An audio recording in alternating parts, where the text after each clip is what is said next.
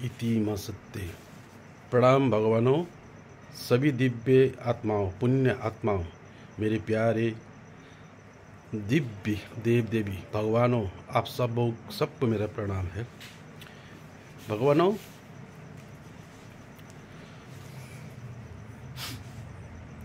जब सत्य ज्ञान की बात होती है, जब अवतार की बात होती है, कला की बात होती है, भविष्यवाणियों की बात चलती है, और ऐसे भी कली के प्रभाव से और सत्य के प्रभाव से लोगों में परिवर्तन होना शुरू हो जाता है। एक तो कली का प्रभाव रहता है, कली भी उसको कुछ प्रभावित करता है, और एक सत्य प्रभाव करता है। समझ लेना बात को। जब भविष्यवाणियों का मिलन होता है, युग का संगम होता है, समय आ जाता है, तो दोनों प्रभाव दिखाई देने लगते हैं, कली का प्रभाव भी और सत्य का प्रभाव भी। कली के प्रभाव में वो असुर लोग, वो दानव लोग, वो पाखंडी लोग, वो अनजाने अज्ञानी लोग कुछ दिखाई देते हैं, उभर आते हैं, तो लोग भ्रमित हो जाते हैं, भ्रम पैदा करते हैं। वो लोग खुद भी भ्रमित रहते हुए भी लोगों को भ्रम पैदा करते हैं। एक वो प्रभाव दिखाई देता है, और दूसरी ओर सत्य का भी प्रभाव दिखाई देता है। सत्य का प्रभाव कैसा होता है? नए नए जो अवतारों, दिव्य गुण वाले देव देवी पवित्र आत्माएं जब धरती में आते हैं, बोध होता है, ज्ञान होता है, अपने आप में जागते हैं, जागरण हो जाता है, अवतरित होते हैं, अपने आप को पहचान लेते हैं, तब उनमें भी वो गुणों का प्रस्फुटन होना शुरू हो जाता है। तो ये सत्यवादी लोग भी उभर आते हैं, इधर भी दिखाई देता है और इधर कली वाले भी दिखाई देते हैं। परखना आपको है, ये सत्य वाला है या कली वाला है। कली का प्रभाव से अगर कोई मैं अवतार हूँ, मैं अवतरित हूँ, मैं देव हूँ कहेगा या कोई कहलाएगा, तो आप उसको परखना होगा। और जो सत्यवादी, जो सत्य ज्ञान, सत्य युग का देव होगा, वो अपने आप को कहलाते हुए भी अपने आप को परखेगा, परख के पहचानेगा। पहचानने के बाद सिर्फ अपने आप को नहीं पहचानेगा, सबको पहचानेगा। आप हम सबको पहचानेगा, इस दुनिया को पहचानेगा। तो उसका कार्य भिन्न रहता है, वो आसन नहीं लगाएगा।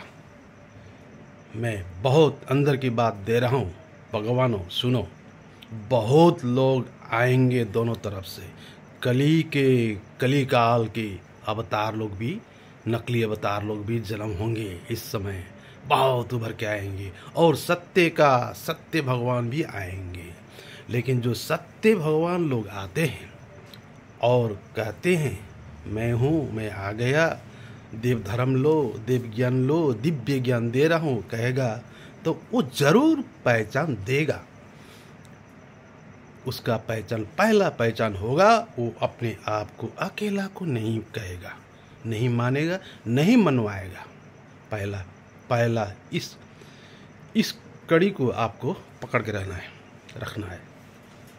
मेरा कहने का मतलब, वो आसन पे नहीं बैठेगा, बीच में केंद्र बिंदु होकर बैठ के चारों ओर भक्त नहीं बनाएगा। पहला परिचय आप परखना।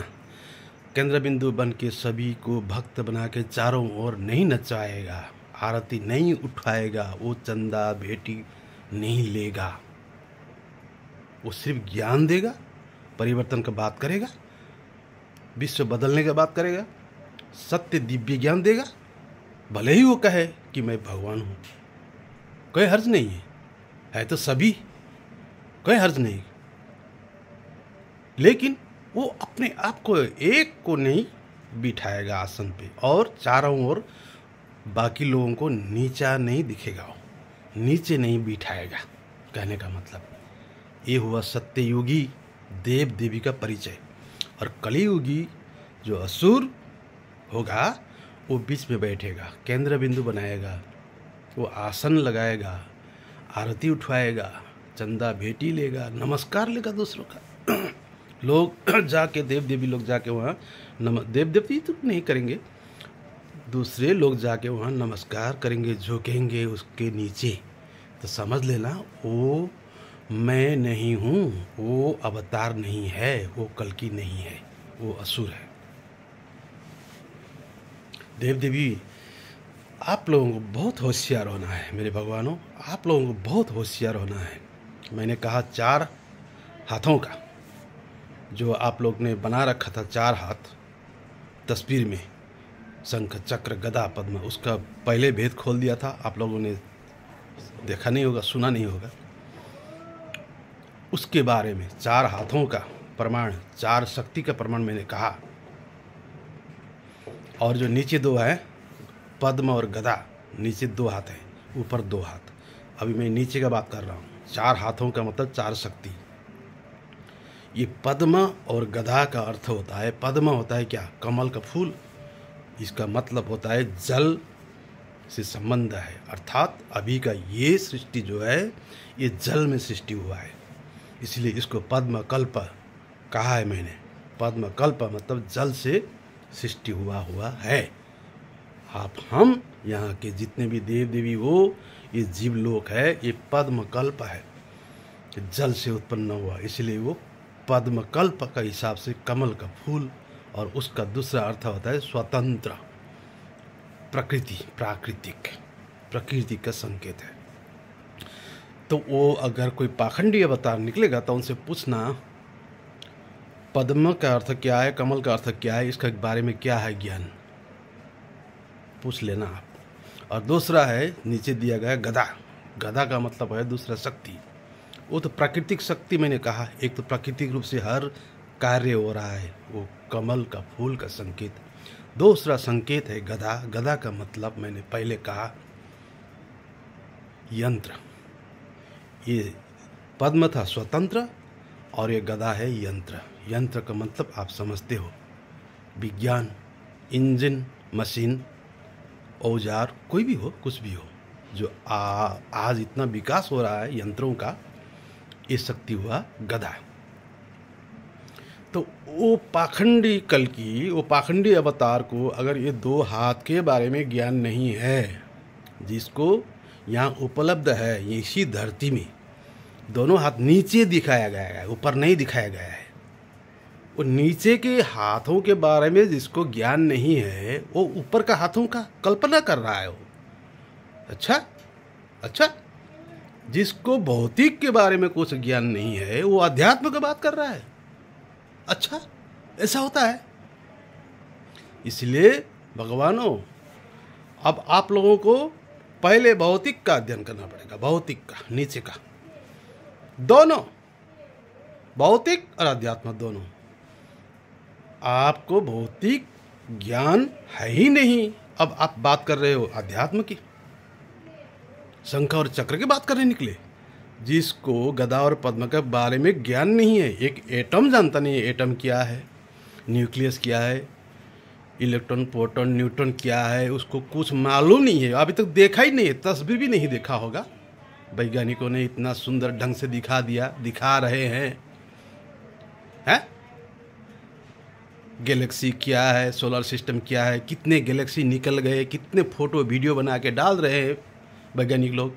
इस हमारे गैलेक्सी का नाम क्या है उसको पता होगा कि नहीं, ये मिल्की वे, एंड्रोमेडा के बारे में उसको ज्ञान है या नहीं, photon, neutron, light, time travel के बारे में ज्ञान है कि नहीं उसको। जब वो नीचे के 2 हाथों के बारे में जिसको ज्ञान नहीं है और वो समझाने आ रहा है ऊपर का 2 हाथों का, चक्र और शंख, यानी कि तंत्र और मंत्र शक्ति का, ऐसे पाखंडियों को आप अवतार का बैठोगे, उसको नमस्कार करोगे, सब कुछ लगा दोगे, तो कली तो अंत नहीं होगा, फिर कली रहेगा। इसीलिए जल्दी जल्दी मेरे भगवानों, आप लोगों को भौतिक भी अध्ययन करना पड़ेगा, भौतिक ज्ञान का पूरा ज्ञान भंडार होना पड़ेगा, भौतिक का भी, तभी आप आध्यात्म का ज्ञान दूसरा को दे सकोगे। एक भौतिकवादी पूछेगा एक तत्व के बारे में, उसको आप नहीं बता सकोगे नहीं जान सकोगे, नहीं देख रहे हो और आप निकले अध्यात्म की बात समझाने, ये नहीं होगा। जिसके पास एक भी कला ना हो वो निकला 64 कला को धारण करने, ऐसा अवतार होता है क्या? आप उसको पूछो तैरना आता है पानी में? ब्रह्मपुत्र नदी में कूद जाओ और पार होके दिखाओ, अब कहना उसको तैरना आता है पानी में? कहेगा नहीं। अरे तुमको तैरना तक आता नहीं है आज तक, और तुम कहाँ से आए ब्रह्मांड की बात करने? तुमको एटॉम के बारे में नॉलेज नहीं है, ज्ञान नहीं है, तुम निकले ब्रह्मांड की बात करने। तुम्हारे पास एक कला नहीं है, तुम्हें गाड़ी चलाना नहीं आता होगा तुमको, और तुम 64 कला धारण करने निकले। ऐसा भी हो सकता है? ये तो कभी नहीं होगा भगवानों। इसीलिए आप लोग बहुत होशियारी से चारों हाथों को धारण करना है। शंख चक्र गदा पद्म, 4 हाथों का मतलब 4 हाथ उभरते नहीं है, 4 शक्ति, 4 विधि, 4 कला कार्य करने का। चारों विधियों से कार्य क्रिया होते हैं। मैंने कहा एक स्वतंत्र रूप से कार्य हो रहे हैं, दूसरा इंजन से मशीन से हो रहा है, वो 2 हाथ नीचे के हैं। हर लोग हर कर सकते हैं ये 2 हाथ का प्रयोग। तो उसको तो वो पाखंडी को तो 1 हाथ भी चलाना नहीं आता होगा, वो निकला 4 हाथ धारण करने। तो इस तरह आप परखना उसको। भौतिक अध्यात्म दोनों ज्ञान देना पड़ेगा, दोनों समझना पड़ेगा, समझाना पड़ेगा, तभी पूर्ण होगा। तभी देव देवी कहलाओगे, तभी पूर्ण होगे। क्योंकि पूर्ण तो आप हो, आप पूर्ण हो, लेकिन अध्ययन करते नहीं हो, ढूंढते नहीं हो, उसको उतारते नहीं हो, लागू नहीं करते हो, इसलिए चूक गए हो ना। अभी चूकना नहीं है, अभी शुरू करना है। मेरे भगवान हो, कितने सुंदर सुंदर वीडियो वैज्ञानिक लोग दे रहे हैं। देखो नासा भेज रहा है, इसरो भेज रहा है, ऐसे और भी कई सारे कई सारे इंस्टीट्यूट हैं विज्ञान के, भेज रहे हैं, दे रहे हैं। कहाँ छिपा रहे हैं? वीडियो हर एक दिन डाल रहे हैं, हर एक टॉपिक दे रहे हैं, हर एक वीडियो दे रहे हैं। आप देखते नहीं हो, अध्ययन नहीं करते हो। अध्ययन करो, भौतिक नॉलेज भी रखो, उसके बाद अध्यात्म भी जारी रखो, दोनों तरफ, नीचे भी ऊपर भी। तभी 4 हाथ, चारों हाथ 64 कला प्रकट होंगे। ऐसा नहीं कि नहीं होगा, नहीं, सब में होगा, होने वाला है, हो रहा है। धारण करो, ग्रहण करो।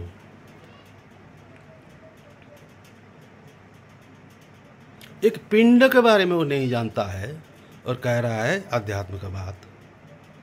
आसन लगा कर बैठ गया और भक्त बना रहा है, पैर को छूने दे रहा है। वो तो कली का प्रभाव है, वो कल्कि का दानव असुर है, अनजाने में है, अज्ञानता में है। जल्दी पता चल जाएगा उसको, जल्दी खुद ही को पता चल जाएगा वो क्या है, कहाँ है, किस स्थान पर है। अपने आप को पता लग जाएगा मैं कौन सा स्थान में हूँ। मेरे पास 4 हाथ, 4 कलाएं, 64 कलाएं, सब शक्ति है या नहीं, पता लग जाएगा। इसलिए आप लोग डरने की बात ही नहीं है। आप क्यों डरते हो कि कोई नकली निकल जाए तो क्या करें?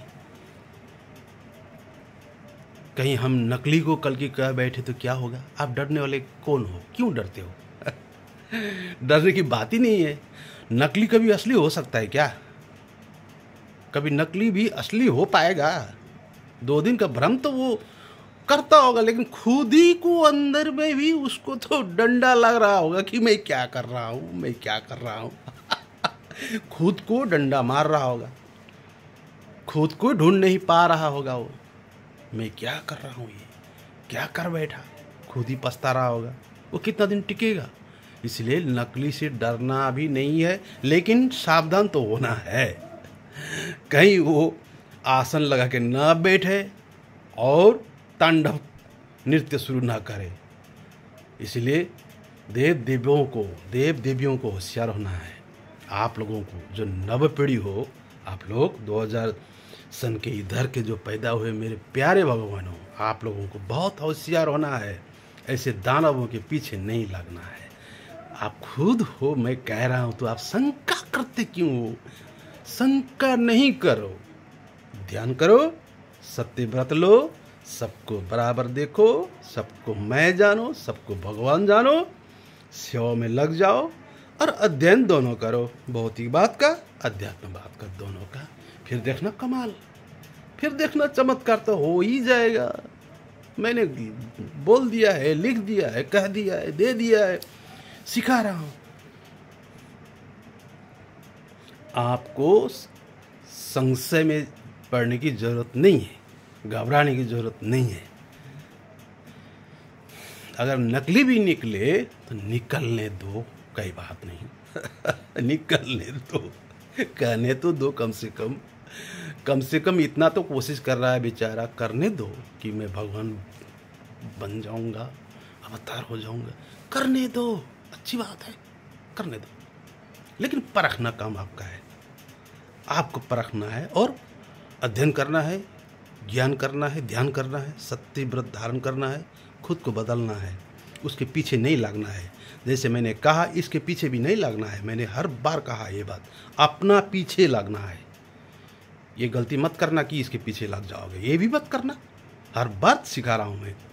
आप उतर निकलने दो, कितने निकलते हैं, कितने हजार लोग निकलने दो, लेकिन मुस्कुराते रहना और ढूंढते रहना और खुद सत्यवादी बनते रहना, ज्ञान में खूब लागना, भौतिकवादी और अध्यात्मवादी दोनों, चारों कलाओं को। ये तंत्र और मंत्र शक्ति कहा मैंने, शंख और चक्र, ये धीरे धीरे कहूँगा, इसका ज्ञान भी दूंगा। अभी कम से कम कमल और गदा का शक्ति तो धारण करो, ये प्राकृतिक शक्ति और ये यांत्रिक शक्ति मशीन का। इसीलिए साइंटिस्ट लोग जो कर रहे हैं, करने दो, उनको स्वागत करो। ऐसा मत कहो कि नास्तिक नास्तिक कम्युनिस्ट मत कहो। अरे वो आस्तिक का क्या काम, क्या आस्तिक क्या ना आस्तिक, मेरे नज़र में, मेरे लिए तो सब स्वास्तिक हैं। आप लोग तो स्वास्तिक हो, ना आस्तिक का काम ना नास्तिक का काम, सिर्फ स्वस्तिक, सिर्फ स्वस्तिक, स्वास्तित्व। भगवानो, ये नास्तिक नास्तिक कह के किसी का दिल मत दुखाना। मैं पूछ रहा हूँ, अगर कोई वैज्ञानिक या कोई कम्युनिस्ट आपके नज़र में नास्तिक होता है, वो अगर किसी का दिल ना दुखाता हो या असत्य नहीं करता हो, एक ढूंढो आप, एक साधु संत, कोई भी आस्तिक आपके नज़र का धार्मिक व्यक्ति, वो अगर झूठ बोलता हो, किसी का दिल दुखाता हो, भेदभाव करता हो, अब पूछो, बताओ, मुझे जवाब दो, ये दोनों में से कौन अच्छा है? बोलो। ये नास्तिक है लेकिन किसी का दिल दुखाता नहीं है, सत्यवादी है, अपना काम कर रहा है, चलो करने दो। वैज्ञानिक हो रहा है, जहाज उड़ा रहा है, कुछ भी कर रहा है, कम्युनिस्ट है, कुछ भी हो, वो ईश्वर को मानता नहीं है, ढूंढता नहीं है, लेकिन अपना कर्म कर रहा है। अगर किसी को दिल नहीं दुखा रहा है, छल कपट नहीं कर रहा है, असत्य नहीं कर रहा है, भ्रष्टाचार घूसखोरी नहीं कर रहा है, और एक इधर एक आस्तिक है, कोई धर्म को मानने वाला, और ये छल कपट कर रहा है, झूठ बोल रहा है, किसी को पीड़ा दे रहा है, तो मुझे जवाब दो, ये दोनों में से कौन प्यारा होगा, कौन अच्छा इंसान है? बोलो। ये आस्तिक अच्छा है या नास्तिक? आप कहोगे नास्तिक, हाँ मेरे लिए ये प्यारा है, ये प्यारा है। जो सत्यवादी है उसको क्या मतलब? मैंने कहा ना, क्या आस्तिक क्या नास्तिक, स्वस्तिक, सिर्फ स्वस्तिक। क्या मतलब? वो अपना कर्म करने दो, वो ईश्वर को माने या ना माने, अगर सत्यवादी है तो वो प्यारा हो जाएगा, वो मेरे दिल में रहता है, वो मैं हूँ। हाँ, और ये आस्तिक क्या काम का? कहता तो अनेक देवी देवताओं को दिखाता है, भगवान प्रवचन, न जाने तीर्थ पाठ क्या क्या करता होगा, लेकिन अगर अंदर से किसी को दिल तोड़ता होगा, जाति भेद धर्म भेद करता होगा, असत्य में रहता होगा, असत्य बुरे कर्म करता होगा, तो ये क्या काम का ऐसे को, ये सब क्या काम ऐसे आस्तिक को? ना, मेरे लिए तो ये घृणित पात्र है, इसी को निपटाने के लिए आया हूँ मैं। उसी को निपटाने के लिए आया हूँ। उसी आस्तिक को निपटाऊंगा। ऐसे नास्तिक को भी मैं प्रेम करके स्वस्तिक में बदलूंगा। मेरा स्वरूप स्वस्तिक है, न आस्तिक है न नास्तिक है। जो स्वस्तिक है, सत्यवादी है, जो स्वयं में है। प्रभु जल्दी रूप धारण करो, शक्ति ले लो, अपना शक्ति ग्रहण करो। भगवानों प्रणाम।